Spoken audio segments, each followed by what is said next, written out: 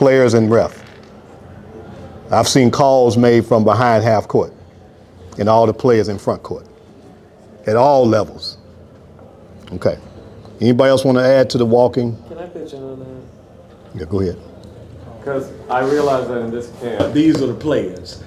You don't want to run the same pace that you do at this game because you right here deeper than the player. You're not going with like a snail, but you modifying your pace where you stand with the game, where you can call the game accurately. Any of the questions that I threw out in the beginning. Because the walking thing, we know it's unacceptable. We ain't got to beat that to death. At no level should we be walking because every game is important to the people on the court and to those parents that's in the stands. They want to see official work hard. Now, I have heard that the pay is not worth the running, but you sign up for it. I've heard a lot of stuff as a signer, trust me. I'm not working hard because we don't get paid enough. I've heard that. Or this is my 10th game and I'm tired. I've heard that. But any of the other questions that was on there, being on time, anybody want to jump in on that one? When is it okay to be late? See, it sounds different when I pose it that way. Okay. What about the dress code? Can there be a dress code or you can just come any way you want to? It should be a dress code? Okay.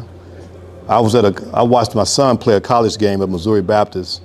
And it's funny, we were talking about the different levels. This guy forgot his tennis shoes. He had a pair of white tennis shoes on, weapon, the NAIA game. And do you know that it changed the perception of him with everybody in there?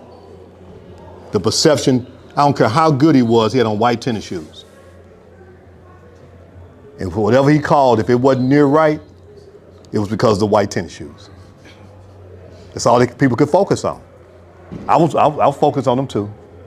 But at least I had enough eyes to see that he could ref, but them white tennis shoes just threw everybody off. And they were much better officials than I was. Much better officials, much more accurate, but they wasn't professional. They weren't on time. They came to the game looking however they wanted to. They didn't take care of the business of reaching out to athletic directors. I thought my game was tomorrow.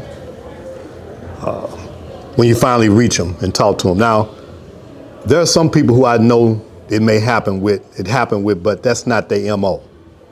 If I know that's not your MO, then I can listen to a reason. The apology, I can tell in the energy, I'm so sorry. I can do that. I'll give another chance. But when that's a habit, or when I assign you and 3 occasions in a row, you tell me something came up, I can't do the games. That's some of the stuff that T. Cole was talking about. We got to wrap up, but to answer your question, I just talked to a friend at Assignors, and it's in a different part of this state.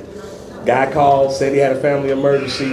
Assignors talked to each other. He know that he's working for another assigner today, and when he talked to him and said, man, I saw I got deleted off of, I made a mistake and deleted myself off of Orbiter somehow. He said, no, I deleted you. That's the reality of the situation, is that you all can make it. If you're a good official, if you're punctual, you can do a lot in this business. You can do a lot in this business, but only you can control the controllable. Only you can control your time and how you get the games, how you look. But we got to yield the floor to somebody else. Can I get 1 minute? Yeah, go ahead. No, I'll just take